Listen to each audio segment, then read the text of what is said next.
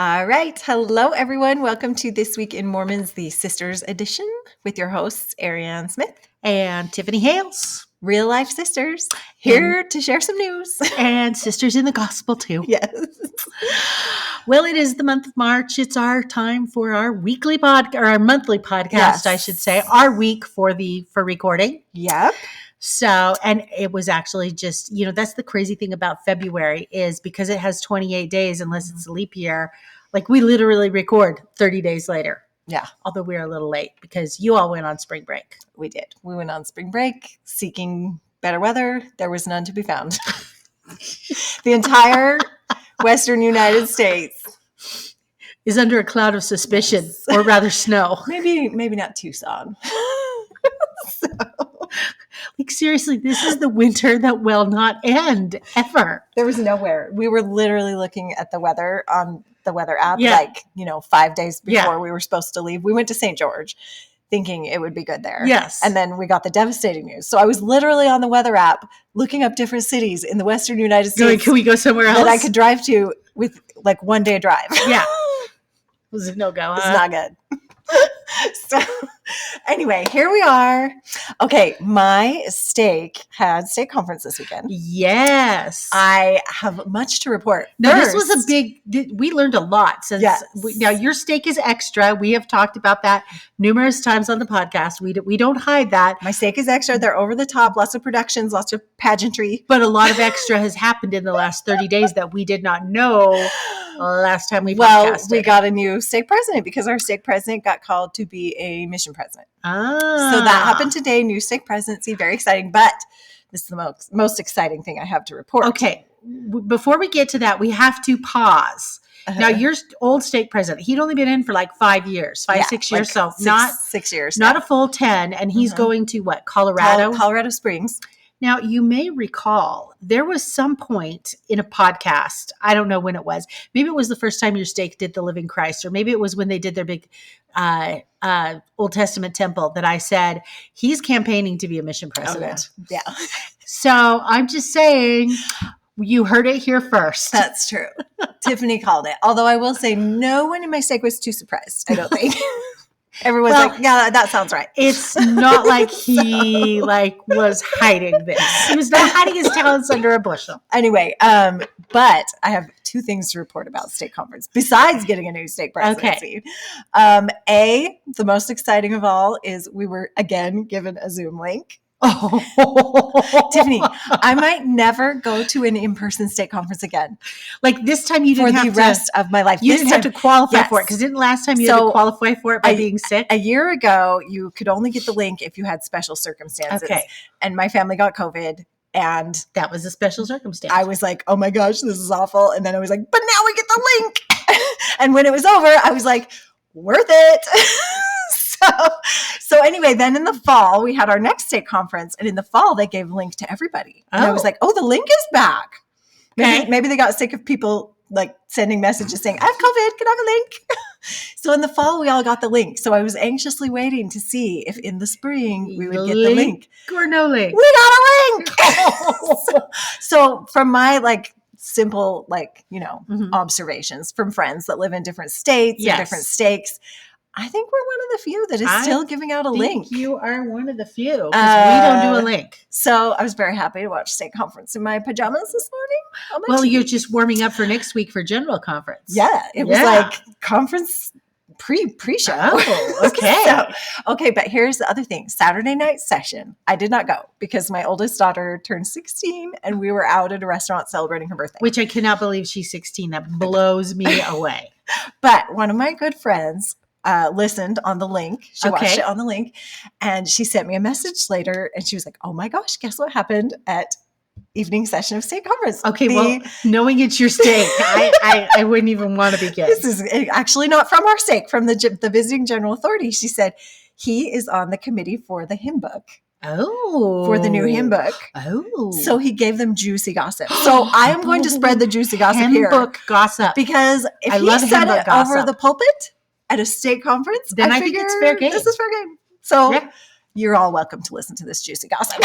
Okay. So roll forth with the juicy gossip. First of all, he, confirmed that there has been much delay on this hymn book rollout. It's Well, been let's 4 see. years. Can you believe it's been 4 years? I cannot believe it's been 4 I years. knew it was I think overdue. a couple. I knew it was overdue, Yeah. but I didn't realize it had been 4 years. Okay. So it's still delayed. It's not ready. Okay. But he did tell them, he confirmed that to them, 2 songs that will be in the new hymn book. Oh. Come Thou Font and Amazing Grace.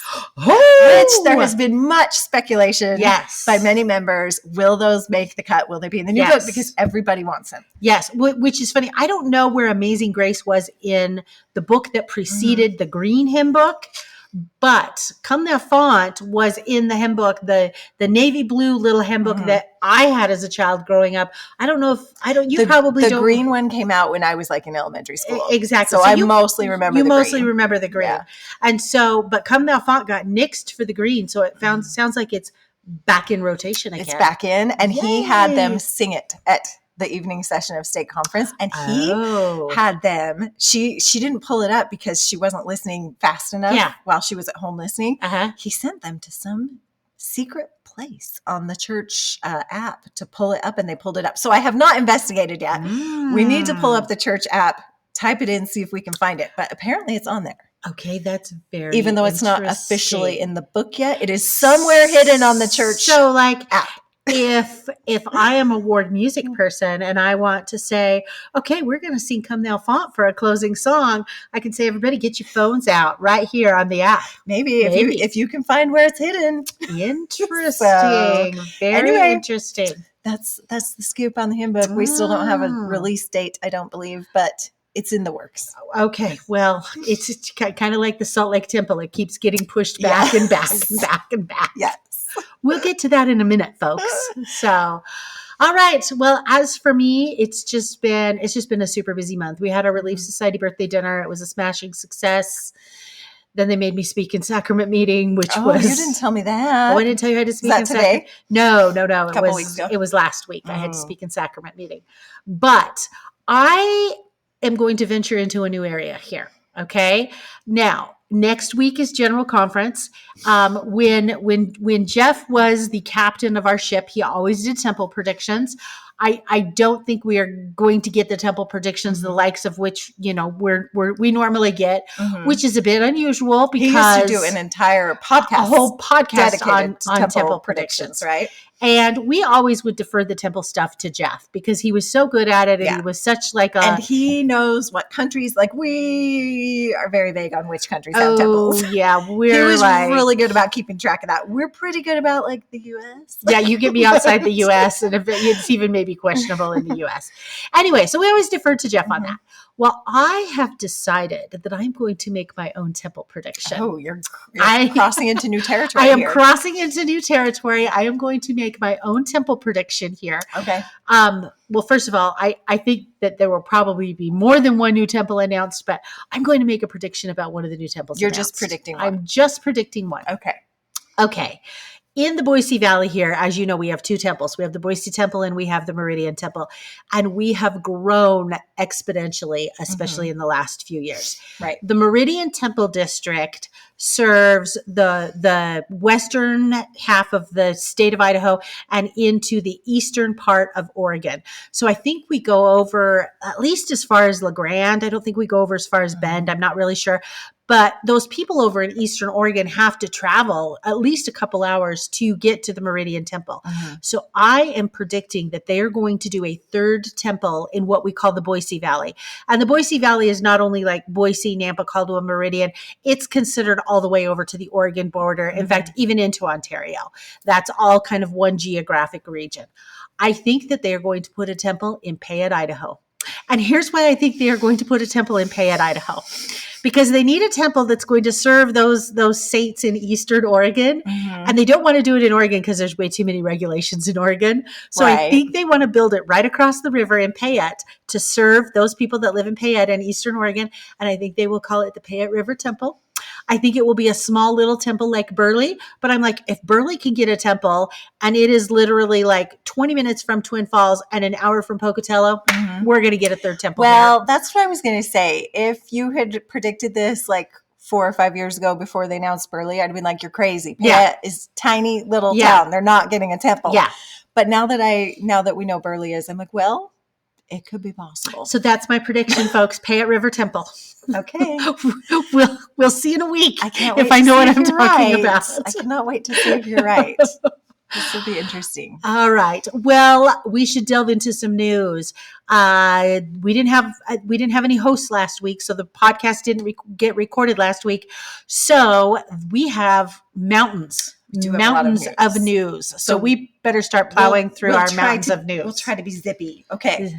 Biggest news this past week is BYU, Brigham Young University, got a new president. Which, did anybody see this coming? No. I didn't see this coming. It sounds like it was a surprise because they just did it at a devotional. Exactly. Like Elder Holland came and everybody just thought he was speaking at a devotional, and he gets up and is like, and now you have a new president. Well, yeah, he gets up and he's like, oh, by the way, Russell M., he sent me on assignment here.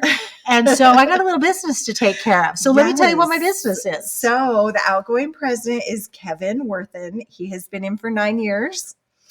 He is 66. He's 66 years old. He is well loved. Very well loved. Beloved from what I could tell. I had no idea, probably because I'm not a sports fan, that when they do free throws in the Marriott Center, they go whoosh, Kevin. I had no idea. This article from the Deseret News referenced this multiple times. Apparently, if they make a free throw, they say whoosh, Kevin. Did you ask your basketball-loving husband about this? Yeah, he had no idea. I mean, we haven't been to BYU game for years. So, but you would think, like, maybe if you're watching it on TV, you'd be able to hear it. I was like, why? Is he a former basketball player? Not as far as I can tell.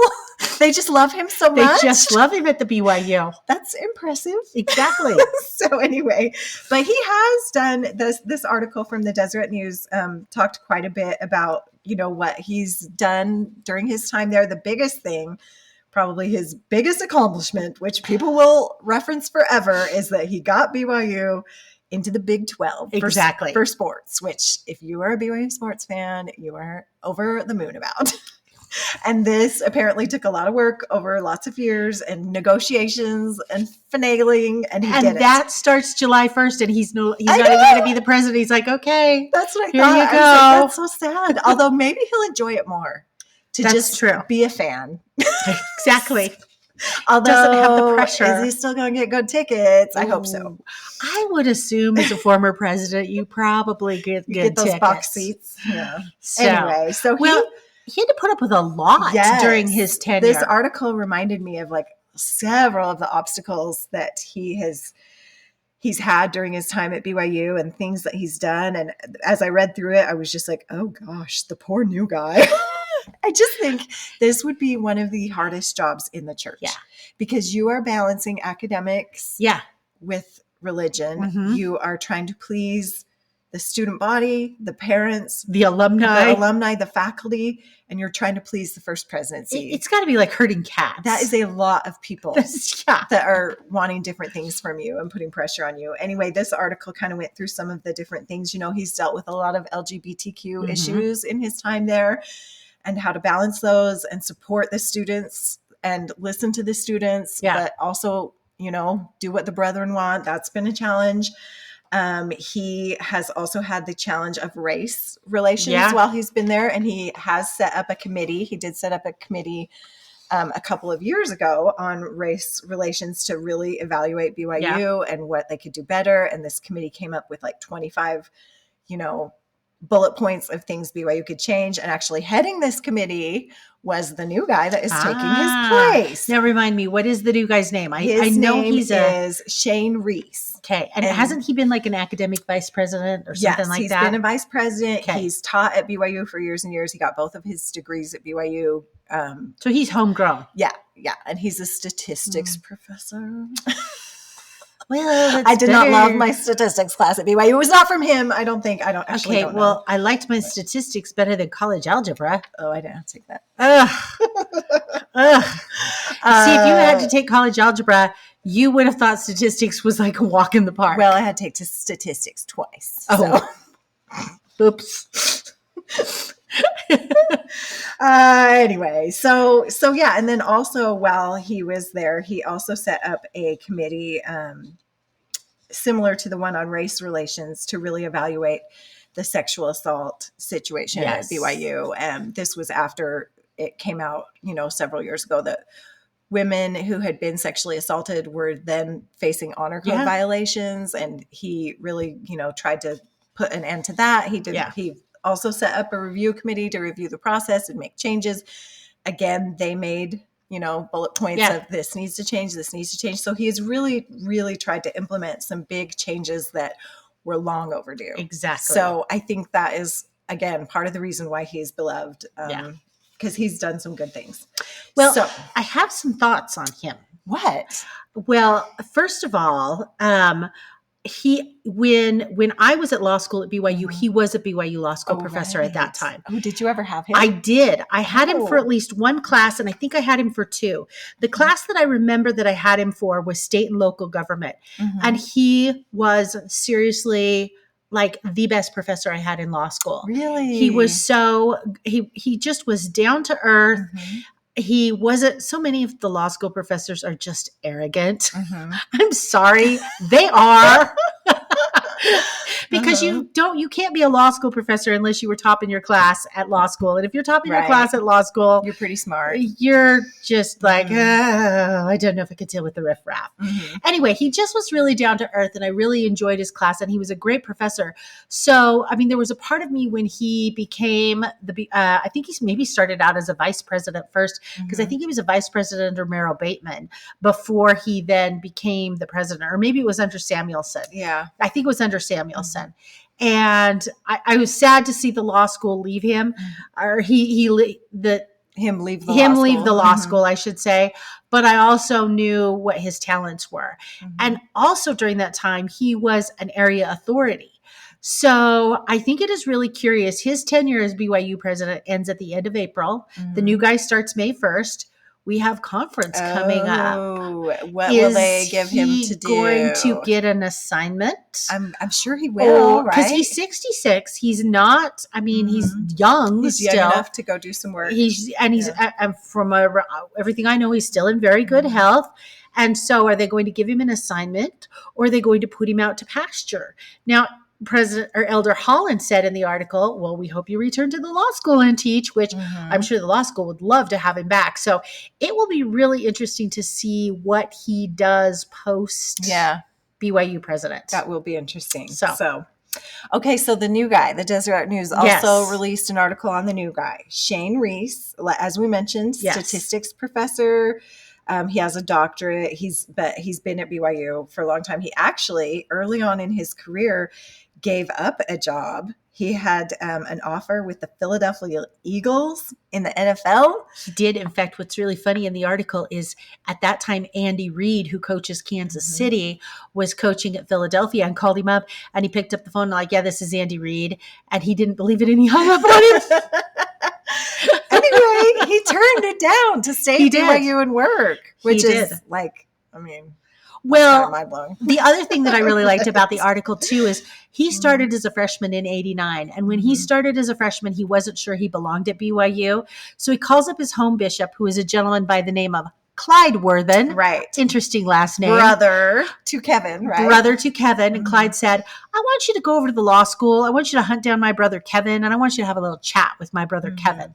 So he does. He has a chat with Kevin Worthen, and he stays at BYU. Yes. So the article makes it sound like they have worked together for years, and he's been a mentor. So, and he quotes from him in the article say, he really hopes to carry on what Kevin Worthen is done, carry it on, keep it going. So, I mean, it sounds like those would be really big shoes to fill. If I were him, I'd be a little intimidated. This job, after like reading everything again, I'm like, this would be the most awful job. I'm glad there's someone willing to do it. Exactly. And we wish you luck, Brother Reese. We wish our soon-to-be President Reese, we wish you luck. This is the other thing that was interesting because, like you said, a lot of times they are area authorities before they get put in as BYU president. This guy is not. He is currently a counselor in a stake presidency. Yeah. So can you even imagine? I'm sure he got called up to Salt Lake because that's how it happens. Yeah. Has a meeting with the first presidency, maybe Russell M himself, and they're going, we have a new assignment for you. He's probably thinking, he's probably going, are you trying to kill me? Really? No. Yeah, that's a big job, and those are I big know what this job entails. No. Yes. So it'll be really interesting to watch him over the years and see what he does. Okay. All right. Well, speaking of presidents of universities, let's stay on the theme with Elder Holland. Elder Holland has apparently been invited to give the commencement address at Southern Utah University, their commencement in the spring. And Southern Utah University is getting a lot of pushback from Elder Holland coming to speak. People saying, Is this the one in Cedar City? This is the one in Okay. Cedar City. People saying they're referencing his talk that he gave at BYU, and we talked about this. I think it was last year he gave the talk. I can't remember, the year before. We talked about this. He said kind of some things that were controversial about the LGBTQ community. I shouldn't say about that. He was just kind of reiterating the church's position. And anyway, as a result, they're getting some pushback at Southern Utah University. There was a very interesting article in the Deseret News that was written by none other than Tom Christofferson, who is the brother to D. Todd Christofferson. And if you remember, Tom is gay. He was in a relationship, and then he got out of that relationship and got back into the church. And the last thing I heard is he wanted to get back into a relationship. He's in another relationship now. I don't know where that probably leaves his standing with the church, but he wrote a very interesting piece along with a guy by the name of Jacob Hess defending Elder Holland, saying, hey, just because we disagree with what somebody says, that shouldn't be the litmus test for whether or not they should speak. We shouldn't be held hostage by activists who essentially he said, activists have figured out that they can have a disproportionate influence by claiming to be physically endangered and psychologically traumatized by speech that offends them. And how often have we seen that? I will feel trauma if they speak because I don't agree with what they speak. And he makes a really compelling argument for, we need to understand both sides of an issue, and you can be respectful and have a dialogue, and you can have somebody come and speak at your university. And even if you don't agree with them, that's okay. So I thought that was just kind of a really interesting take from a very interesting viewpoint from someone who's experienced a lot of different things. It is interesting because it's just especially at this time in the world, it's also like such a fine line, right? Like, how do we define, because you cannot have someone come who has hate speech. Yes. And we've seen a lot of that. And there's been a lot of that they have had to really no, we will not have. But what is hate speech? Right. How do you define that? Exactly. And sometimes that line is not as straight and easy. No. Sometimes there's a lot of gray area leading up to that line. Exactly. And sometimes it all gets lumped in, right? Well, everybody gets put in that category if we disagree with them. Exactly. When there are varying degrees of, it's interesting. So as of now, they haven't canceled him. They have not canceled him. And I'm sure one of the reasons they want him to speak is, we know he grew up in the St. George area. Right. The southern part of Utah is very, he has a soft spot in his heart. It's also the 120th anniversary of Southern Utah University. And so there's just a lot of history connected there. And I'm sure that's one of the reasons why they want him to speak. And so we'll see what happens. Right. Tom Christofferson makes the argument to say, Southern Utah University, don't cancel him. Let him come.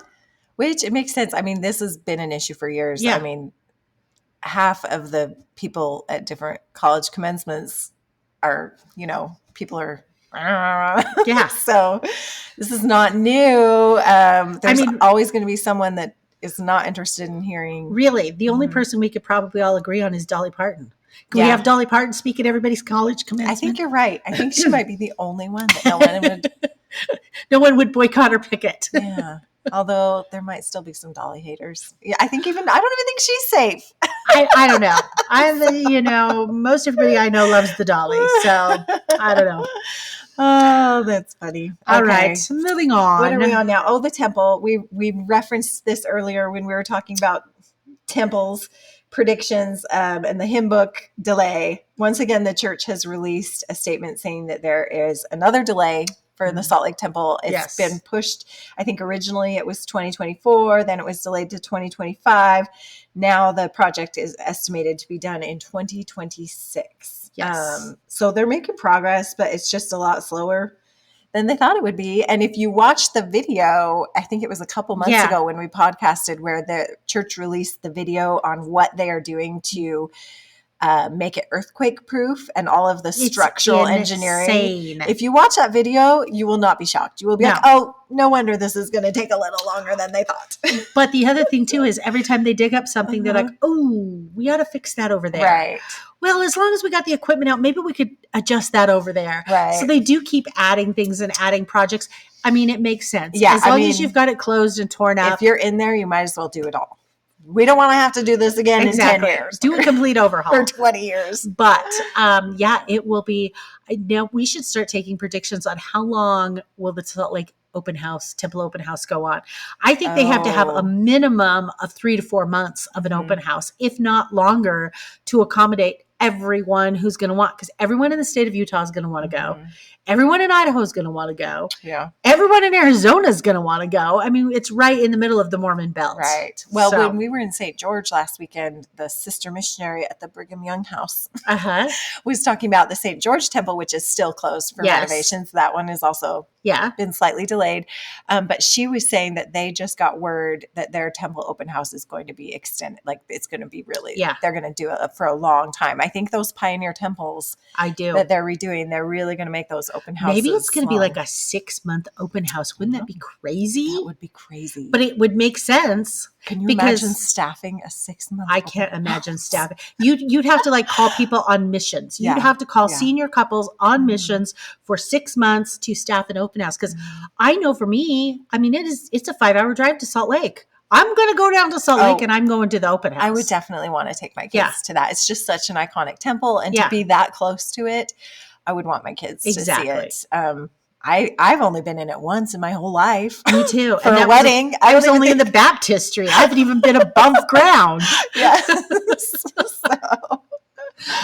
All right. Oh, you have the next one. Oh, I've got the next one. Okay. Oh, this is another lost journal. We've been getting a lot of journals lately that the church is slapping up online for the world to see, which we love. I think it's great. It's great history. So this journal is from a man that died actually in the William Martin Handcart Company. His name was Joseph Jarvis Crossley. He came over from England, across the Atlantic, and when he was in that part of his life, he kept a journal. And then he joined the William Martin Handcart Company and did not, unfortunately, write in the journal during that. That would have been awesome. I know. So he wrote all about his river crossing, or not his river crossing, his ocean crossing. Anyway, this journal, kind of the stories of this journal were verbally passed down from his ancestors, but they thought that this journal was lost. And then recently, somebody found it in a box in their basement in Texas. One of the relatives, and all of the family members just for the past 15 years thought this journal was gone forever. And that all they had were like kind of the verbal stories out of this journal. Well, he found it, and they turned it over to the church because they recognized that, it's pretty beat up, and they thought, well, the church could take better care of this than we can. Clearly. Captain Obvious. So the church has, put it online for all to see. They've looked at it. And anyway, it's really, really cool. Well, it was written in a form of shorthand. And so the first thing that they had to do is they had to get somebody who understood that form of shorthand to be able to translate it, essentially. Yeah.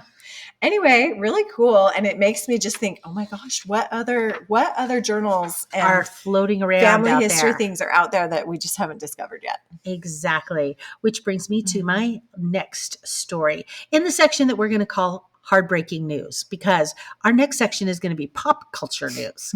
So this is the last of the heartbreaking news stories, which is new BYU study shows one way adolescents can develop healthy identity and why it matters. So BYU did this study, and they said what they found out in this study was that teenagers who had some sort of connection to their family history had much better identity. And so what they found is that They found that family history knowledge is linked to healthy adolescent identity and development. The more youth knew about their parents and grandparents, the better. And I thought that that was so interesting that they conducted this specific study about that. And they said adolescents who develop a healthy sense of identity are less likely to struggle later in life with family and individual conflicts. They can function better independently and interdependently all at the same time.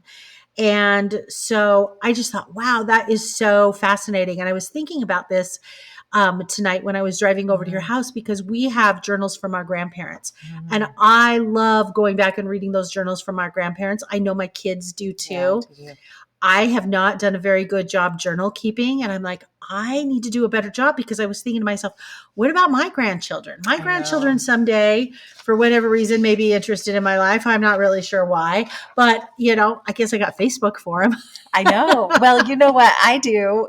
Because I'm not a good journal writer either. I was in middle school, unfortunately. Yeah, that's not the time you want to be a good journal writer. But I have used my Instagram. I have my regular Instagram, and then I have a super secret Instagram that only family members can see. Yes. That I will post everything, like kids' choir concerts, kids, like when the funny things that they say, and like the messes they make, the cute things, and then I print them, get them printed into chat books. And I just count that as kind of my journal keeping for my kids, because they will go back and read those. They love looking at those. They'll pull out those old chat books of like the stories of when they were little. Well, it used to be blog. Before chat books was a thing. The blog I got printed into a book. And they'll read those stories of when they were little and the cute things they said, along with the pictures, just over and over and over again. And so I'm like, well, that kind of counts. I think that totally counts. I really think that totally counts, because again, whether it's your kids or whether it's their kids, to someday be able to go back and they've got a picture and words and text to go, this is who I am. This is the family that I come from. And then they remember, they're like, oh my gosh, I remember that. Exactly. Exactly. It's fun. So it's all the prophetic things that they have said, this is why you need to do family history, were proven out in this study that BYU did. That is really interesting. Yeah. So, all right. Now that we are done with hard hitting or hard breaking news, we are going to move on to pop culture, because we've got some fun pop culture stuff tonight. So this first story, this is LDS adjacent. We're assuming this girl is LDS. Oh, she is. I stalked her. You looked it up. I stalked her on Instagram. She's totally LDS. Okay, so Utah State University Aggies got, they lost their first round of the NCAA tournament this week. They lost to Missouri. And one of the cheerleaders for Utah State, her name is Ashlyn Wimpy. They panned to her, and she had tears in her eyes, and her lower lip was just quivering. It was so cute. And everybody was like, oh my gosh, she's so sad for her team. And they panned to her again. Like, they really liked her. They went back to her again with these tears in her eyes and the crying. And by the time she gets to the locker room, it's like gone viral. Yeah. And her mom is like, oh my gosh, I saw you on TV. And then like her social media accounts blew up, and she got all these friend requests just, for crying on TV. Yeah. It doesn't take much these days. No. But it was very sweet. But then when they interviewed her, she said, look, it wasn't all about the game. Yeah. This was her last year as a cheerleader. She's a junior and she's going to nursing school. So probably most of it was like, this is my last time to cheer, which I totally get. I would be crying too. Exactly. Exactly. Well, and I think I read somewhere too that her boyfriend is a basketball player too, and this might be his last game. So lots of nostalgia. Lots of emotion going on. And we will link the article, because in the article you can see the video, and she's just adorable. It was really sweet. She was very heartbroken. It was very cute. So, all right. So our next pop culture story, this was huge when I was a kid, and I think you probably saw maybe a little bit of it. I don't know if you saw as much as I did. We watched it in school all the time. The movie Where the Red Fern Grows. So there was a book that came out in the 70s or late 60s, early 70s, Where the Red Fern Grows. They turned it into a movie. I can't even tell you the number of times in elementary school that I was forced to watch this movie. We both agree on this. 0 stars, thumbs down. All I remember is a dog dies, and it's really sad. And we didn't have pets. And so for us, we're like, what's the big deal? The dog died. I now have a dog. I might feel a little differently these days. But yeah, I remember every time we would watch it in school getting the great ugh. Okay, Not again. so I didn't realize till this article, was this like an LDS adjacent production? Yes and no. So the guy who wrote the story Where the Red Fern Grows wrote it when he was in Idaho Falls. I don't know if he was a member or not because he worked for the Idaho Engineering Laboratory that's over there as an engineer. And so I don't know if he was ever a member. Okay. But there was a movie producer who, after the book came out, bought the rights to the story. And the movie producer who bought the rights to the story was LDS. And so he set about having to cast this movie and having to cast the lead role of Billy Coleman. So he goes over to Cokeville, Wyoming, of all places. And he goes over there and he is told, and I guess he has this particular gentleman who goes over there to cast it. Let's see if I can find his name. He is an uncle to the ultimate star of the movie. He goes over there to cast it. He said he heard that there's this great kid over there, and the kid was actually a friend of this boy named Stuart Peterson, who grew up in Cokeville. And so the kid, Stuart, is at his grandparents' house when his uncle is there script reading with this potential boy. And so the boy leaves, and then the uncle turns to Stuart and he's like, "Hey, Stuart, why don't you just read for me?" And Stuart's like, not my jam, but okay. So Stuart reads for the part. Boom, he gets the part. He had no acting aspirations. The next thing he knows, he's at BYU Film Studio filming this. I don't think it was a BYU production, but I think maybe they rented some of the BYU facilities. Anyway, so he goes on to actually star in 5 or 7 other movies. He does 7 Alone, which I kind of remember, Against a Crooked Sky, The Pony Express Rider. He also played Joseph Smith in a church production in 1976, a little short film. So he does this from the time he's about 13 to 18. And then by then he's like, yeah, peace out. I'm getting out of the movie business. He goes on a mission. He comes back from his mission. He goes to Rick's College, meets his wife there. Today, and this is a relatively new article, was released March 19th, just kind of an update on his life. He lives in Cokeville, Wyoming. He runs an outfitter company that is called Crooked Sky Outfitters after one of his movies that he did. And he says, like, I have no regrets being a child actor. It was a way for me to share the gospel. It wasn't something I wanted to do long term. And he still gets recognized today. And you look at the picture of him, and yeah, he looks like just a grown-up version of the boy in Where the Red Fern Grows. Well, so active member of the church, very sweet article. He got out while the getting was good. He got out while the getting was good before sex, drugs, and rock and roll hit. Okay, what do we have now? Oh, this is a fun one. We have an article on Mormon myths. Oh, we love these. We haven't had one of these for a long time. No, it's been a couple of years since we've talked about the Salt Lake myths. Tribune released an article this week, and it was about like some of the wild rumors. These were new ones that we hadn't heard before. A lot of them. They interviewed a church historian, Keith Erickson, director of historical research and outreach for the church.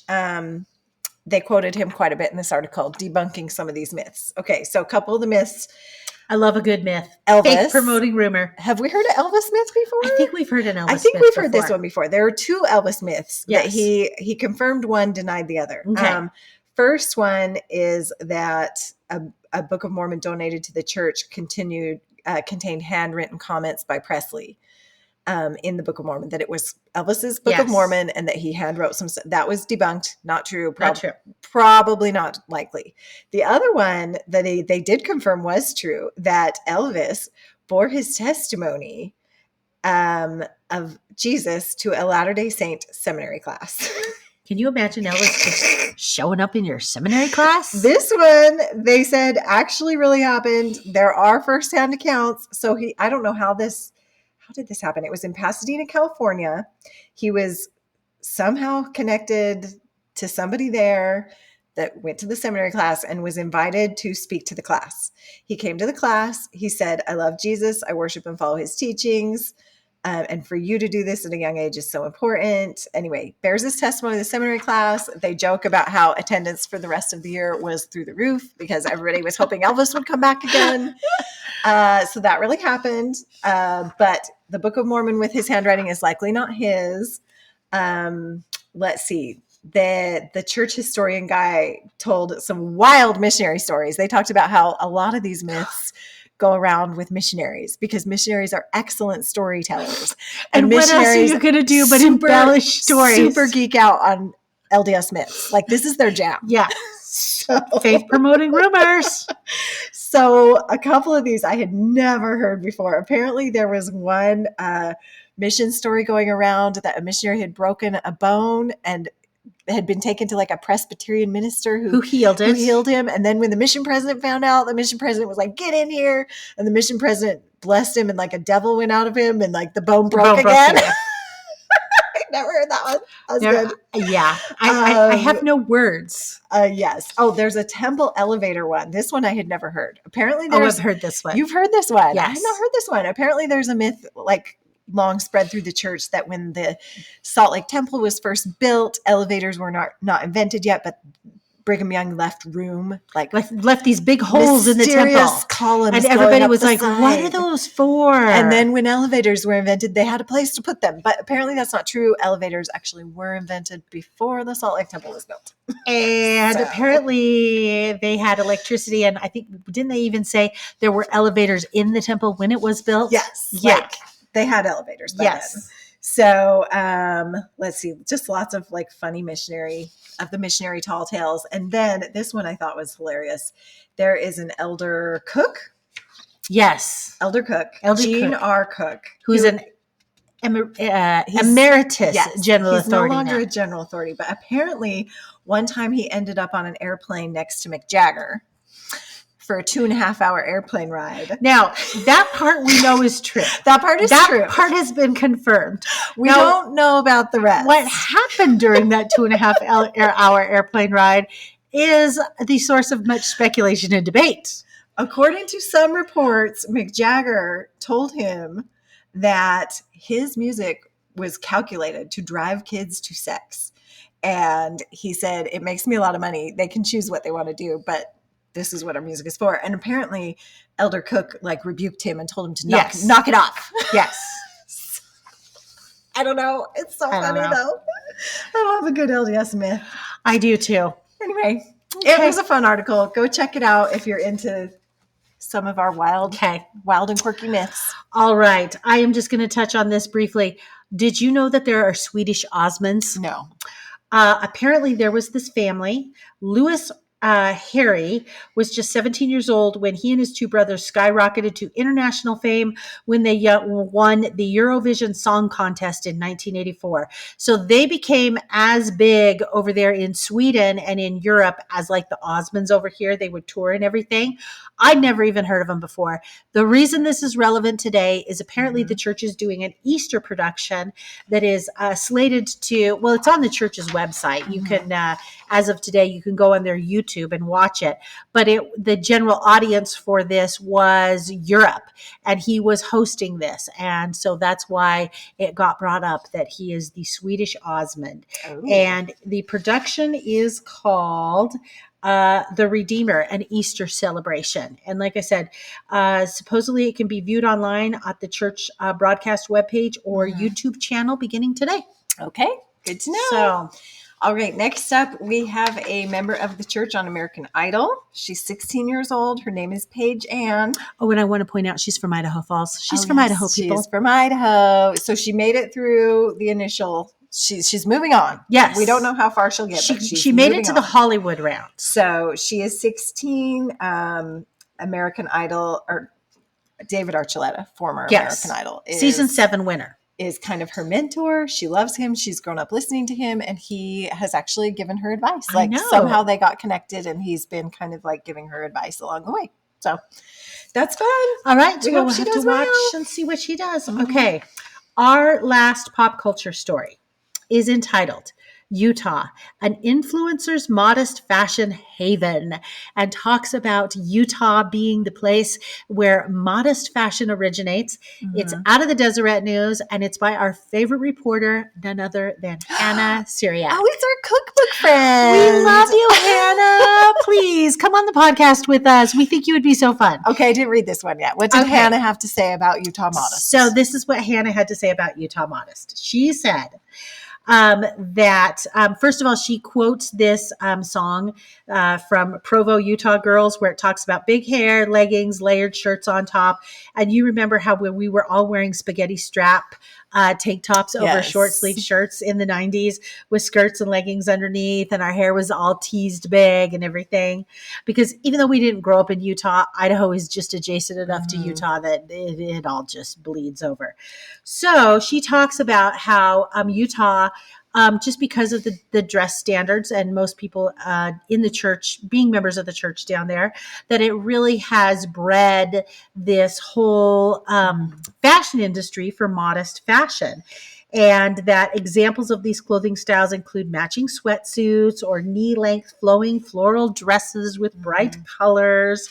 And, of course, the influencer hat. You know, where you see anybody on Instagram, they've got their influencer hat. And just all of these different brands that have come up. And she lists, let's see, 1, 2, 3, 4, 5, 6, 7, 8. There's about 12 different brands that have started, that have their own clothing line of modest fashion that are sold in some form or another. Of course, the pioneer of all of this was Down East Basics. Do you remember when Down East Basics came out and they had the undershirts, the camis that you could wear under your short shirts or under your sundresses, and that it just kind of exploded after that. And then she said, you know, not a lot of other retailers have caught on to this modest fashion because there's really not much of a market for it outside of kind of the Mormon belt of Idaho, Utah, Arizona. Except there are some other religions that like to dress modestly and they appreciate those. Well, and some of those brands you listed on there are pretty popular. Yeah. Like I've seen them. Well, I don't know about Eastern United States, but some of them are popular not just with LDS. Like Called to Serve, the Ivy City Co. Their dresses. Albion Fit, Hope Avenue. That's a boutique. That's another one. I feel like some of these more than others have spread outside of Utah. Yes. Some are very, very Utah, and some are like, no, they're pretty popular with not just members of the church. Yes. I do have to say, Hannah did give a shout out. Do you remember? I don't think it was last year. I think it was the year before that Target had a whole line of what we called prairie dresses. Yes. They were awful. Oh, they were awful. But you know what? I bought a couple of them because I'm like, if I ever have to go on trek, I bought them deeply discounted at clearance. I did not pay full price for them. But my thinking was, if I ever have to go on trek, I'm not going to have to make a dress. I got one right here that I got at Target.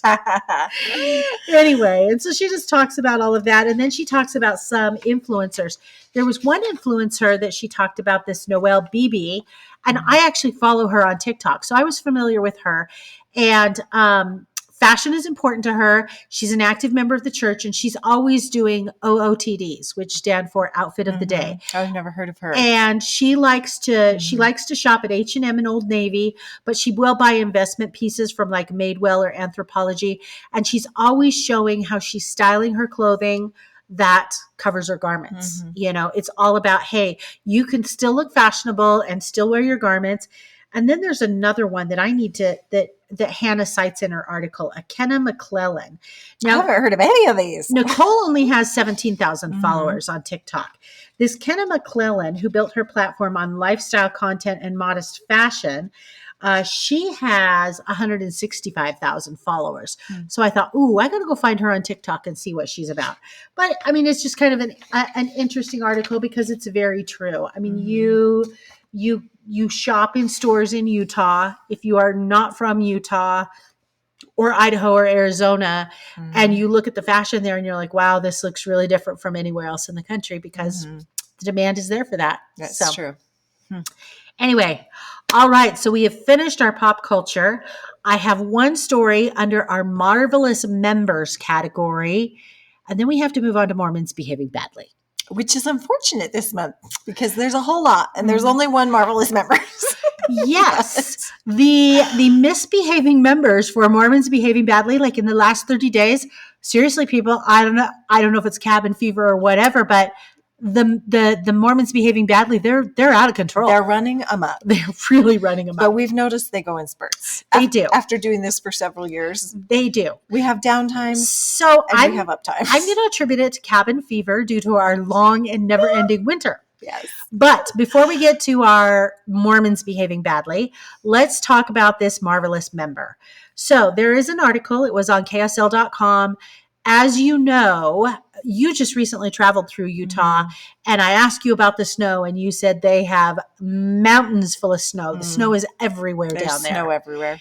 So they have been hammered this year. They have more snow than they've ever had. I don't know if in recorded history, but it's been years and years and years. The last time they had this much snow was 1983, and they had major floods in the spring in 1983.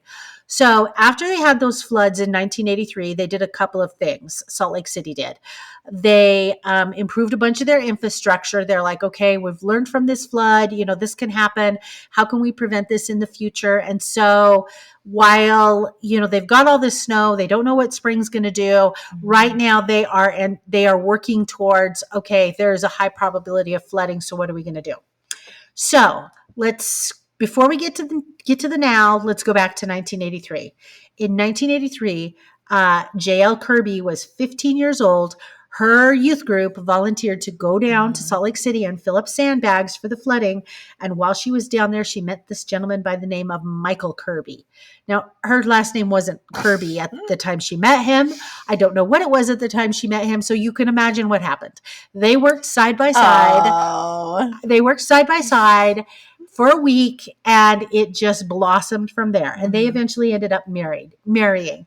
Well, Salt Lake City did a call for volunteers to come down to this same location that they had been at 40 years ago, filling sandbags and fill sandbags. And so they were like, this is our destiny. We need to go to where it all started. So they went down there to where it all started, and they said, yeah, we're a little more sore. It took us a little longer, but it was just this really sweet story about how they met doing service, and now they were there doing service, and just some of the things that Salt Lake County and Salt Lake City are doing in anticipation of what will probably be flooding this spring. Again, depending on if our winter ever ends. I know. My fear is the winter's going to end, and we're going to go from 30-degree temperature to 80-degree temperature, and then we're all going to be in trouble. It's too bad they just can't find a way to pipe it all into the Great Salt Lake. Seriously. That could solve a lot of issues. Could really solve a lot of issues. Okay. All right. So now we will move on to the Mormons behaving badly. I have 3 stories. I could have had a lot more. But before I do those 3 stories, I need to do a couple of updates. First of all, in January, we talked about this Microsoft executive, Jared Brightigan, who lived in Florida, who was murdered. And in January, they had arrested a gentleman that they thought was connected to his murder. He did admit that he was connected to the murder, but they didn't think he acted alone. And so they have now made a second arrest, which is the husband of Jared's ex-wife. And his name is Mario Fernandez Saldana. Which is a relief. Everybody was waiting for this because everybody knew there were ties there. So his ex-wife, Jared's ex-wife, is a woman by the name of Shelley Gardner. Her parents started Stamping Up. She lives in the Seattle area now. The family released a statement saying that Shelley and Mario had been separated for quite some time. I guess Stamping Up was getting a lot of negative comments on their social media about all of this. And they're like, please, we're not a part of this. Be kind, be nice. Don't be Although there's potential for her to be in big trouble too. Yeah, depending on what she knew or didn't know. And we don't know what she knew or didn't know. That will be interesting to see if that unfolds. I suspect those are some questions they are currently asking Mario. Yeah. What did she know and when did she know it? So, all right, next update before I get to my stories. Lori Vallow. We are set to go to trial April 3rd. That is a week from tomorrow. The Lori Vallow trial starts. We have not got our jury summons, so I guess they don't need us. No, they don't, because they are having anybody who got a jury summons for this week, this week starting tomorrow, the 27th of March. Oh, you're in trouble, because they are bringing jurors in this week, and they are having jurors fill out questions. So then they can sort them all through and start the trial. I mean, they won't start the trial, but start the more extensive jury questioning a week from tomorrow. So yes, we have skated on that one. We are not jurors in the Lori Vallow case. Although I haven't picked up my mail in a week because I was on vacation. So, we'll see what comes in the mail tomorrow. I think you're safe, because I have a friend of mine. In fact, I kind of told her she was safe, because she was like, this was before I knew that they were questioning jurors this week. Right. She told me 2 or 3 weeks ago, oh, I got a summons for the March 27th. And I was like, oh, you're perfect. The trial doesn't start for a week after that. And then I heard that they were questioning jurors this week, or having them fill out questionnaires. I was like, oh, she's probably in trouble. So I need to text her and go, oh, what's going on? Anyway, so yeah, I think you're safe. So the other big news with Lori Vallow is the judge ruled on the death penalty, and the judge took the death penalty off the table. So the best that she will get is life in prison. Death penalty is no longer an option for her. Very interesting.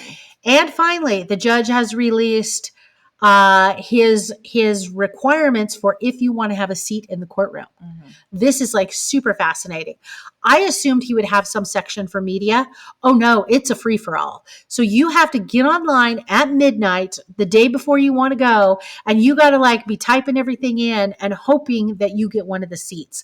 So I think it is just going to be a madhouse at midnight, probably shutting down the computer system the whole time, because I think all the media is going to want to get seats, because there's no guaranteed seats for the media. So the circus will continue to circus. It's going to be crazy. It's going to be crazy. I still am going to see if I can figure out a way to go down and watch it. We'll have to see. This new process is kind of intimidating, because if I want to watch it, me and the other friend that we're going to watch it with, we both have to be able to get in. I can't say, oh, I want 2 seats. No, you only get 1 seat, 1 seat per entry on the computer. Well, you'll have to keep us posted. I will keep you posted. Okay, now to our Mormons behaving badly. First story. BYU police warns of a man entering women's dorms and stealing clothing. Gross. Apparently, last Friday at 9:13 a.m., there was a man who entered or remained unlawfully in a female resident hall of Helaman Halls. The police say the man may have stolen several articles of women's clothing. They did not elaborate on what the clothing was, but we can guess. So he is supposedly Latino or Native American, 40 years old, 5'10" build, medium to stocky, unshaven, wearing a light brown baseball hat, Levi's, and dark brown hoodie.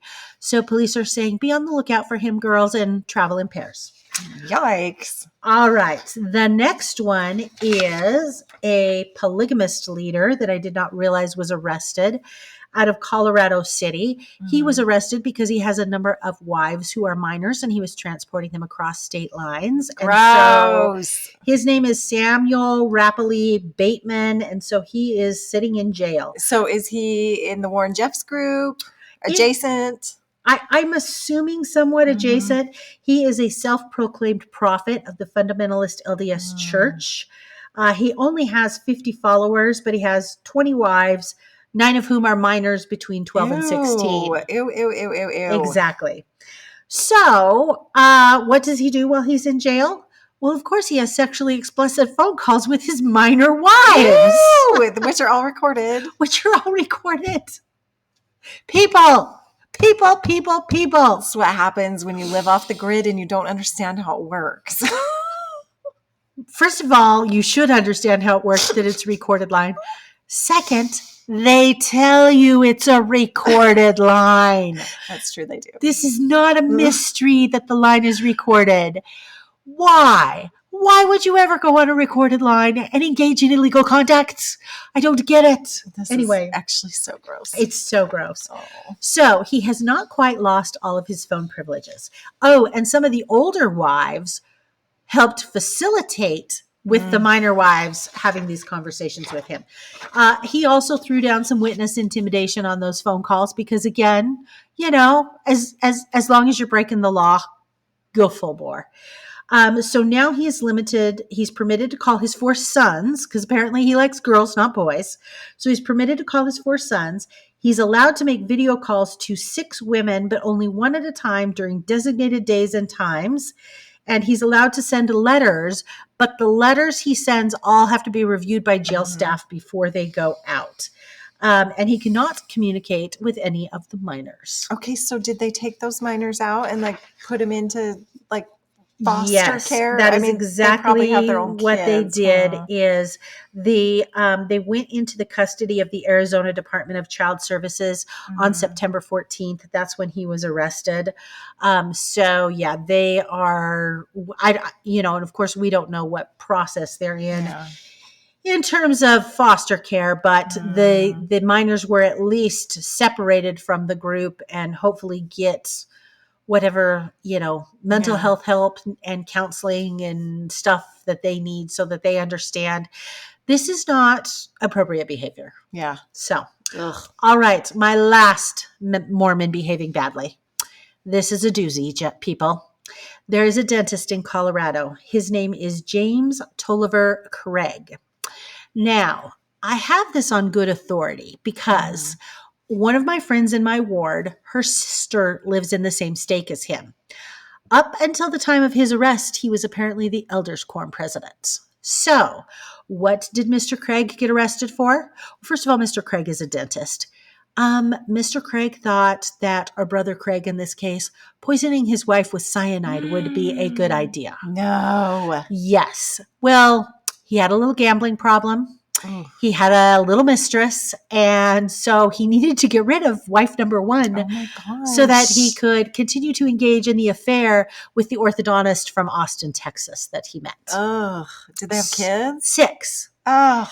And they range in age from 20 to, I think, 7 or 8. So that's young awful. kids. So he's not a very smart criminal. Again, we're not dealing with smart criminals tonight, people.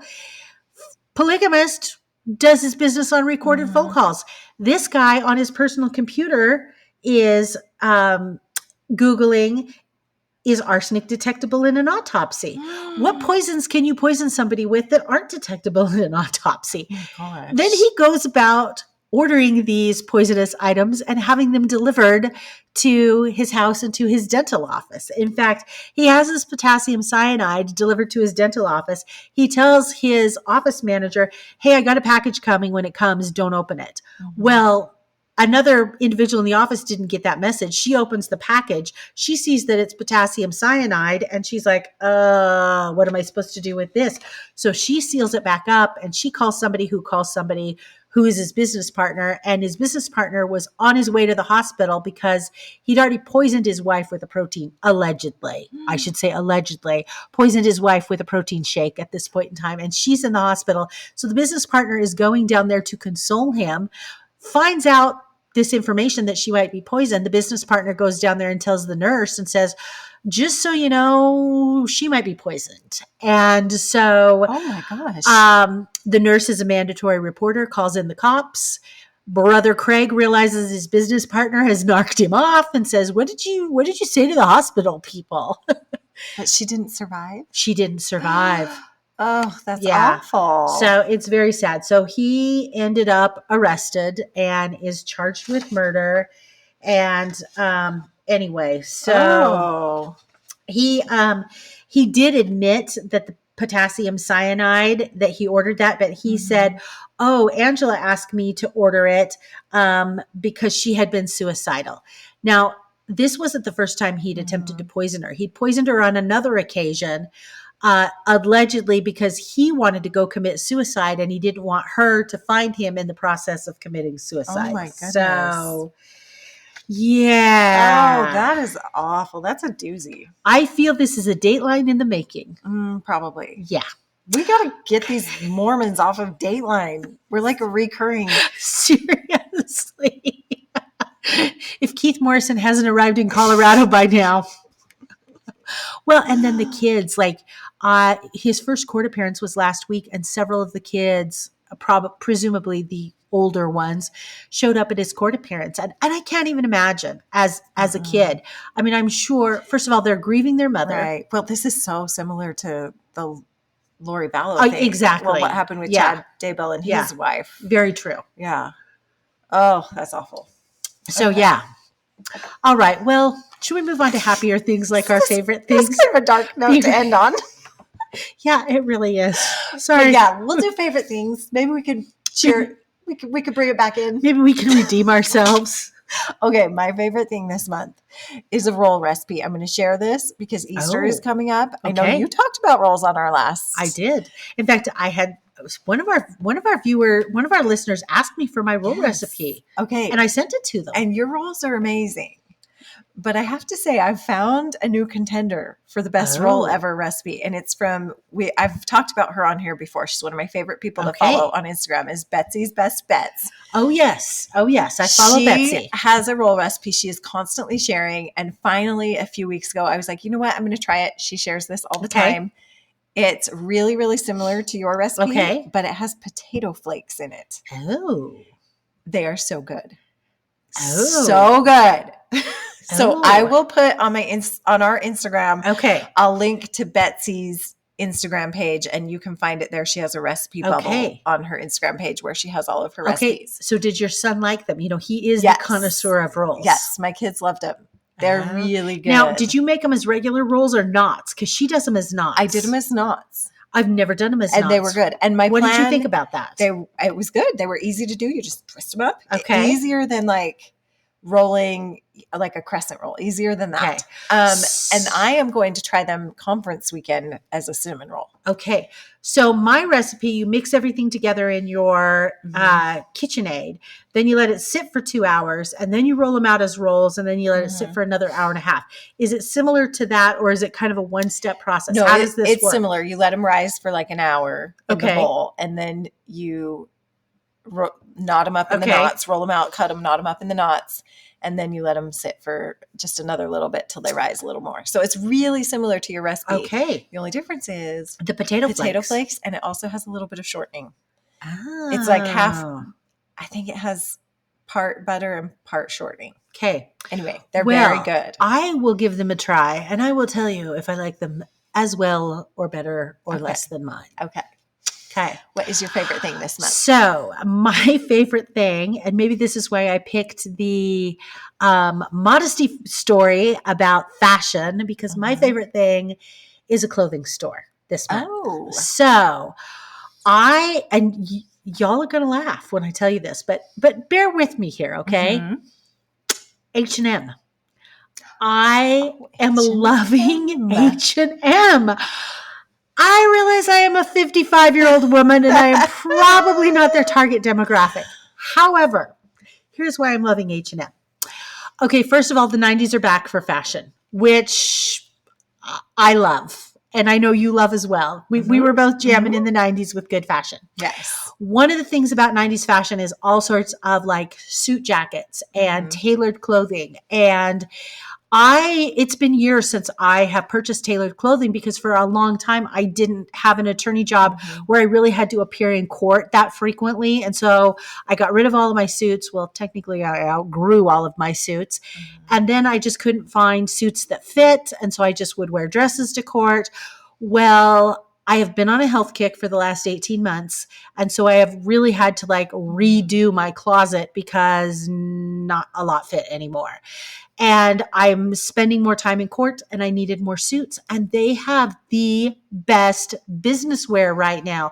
Like really cute jackets, really cute pants, shirts, so reasonably priced. I have seriously for probably less than $300. I have enough separates now that if I'm in court for a 2-week trial, if I needed 14 days worth of court clothes, I got 14 days worth of court clothes that I can mix and match and everything. So I'm not doing their crop shirts. I'm not doing their stuff that makes me look like I'm 14 because ain't nobody wants to see that. But their business stuff is really, really good. They do have really and good super reasonably priced business stuff now. So you told me that and I actually went and bought myself a blazer. You bought I knew you bought pants. I didn't know you bought a blazer. To wear to church. What color I'm did now you wearing buy? pants to church quite a bit. Well, they got great pants to wear to church. So I just bought a black blazer. Oh, perfect. Just to go with my black pants or different colored pants to wear to church. Well, that's so classic. So, yeah. All right. Well, I think that about wraps it up for us tonight. Twim Nation, thank you very much for joining us. If you have any comments, you can reach out at contact@thisweekinmormons.com. You can find us on Instagram, Facebook, Twitter.